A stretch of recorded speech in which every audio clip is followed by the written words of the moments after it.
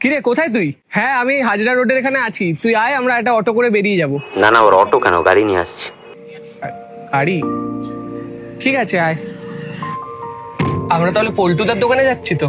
না, আশেপাশে কোনো ক্যাফেতে। ও সিট বেল্টটা পরে নে।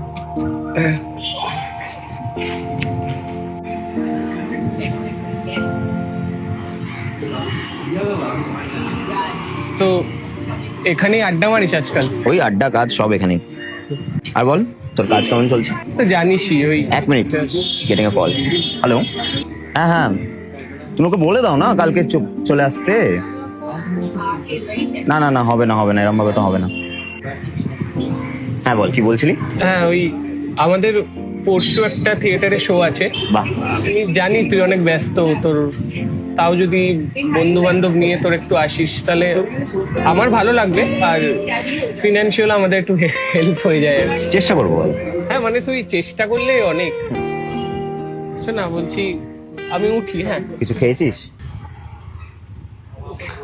তাহলে খেয়ে নে। মানে খাওয়ার মতো? এখানে না, পল্টুদার দোকানে। দুটো চা দিও তো। ও, আমার কাছে তো ক্যাশ নেই। আমার কাছে 20 টাকা আছে, তো হয়ে যাবে, দাঁড়া।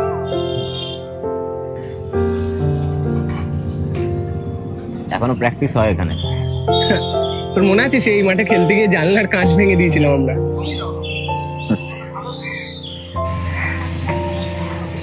আই হ্যাভ এ মিটিং ভাই, আই হ্যাভ টু গো। চ, ভালো থাকিস। হ্যাঁ তুইও।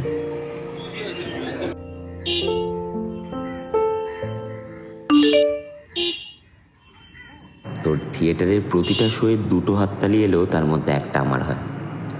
পরশু শোয়ের পর একটা প্রডিউসারের সাথে দেখা করাবো। অ্যাক্টিংটা তুই জমিয়ে করিস।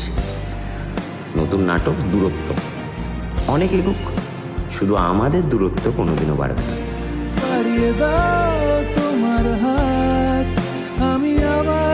একটা বিস্কিট দিও তো।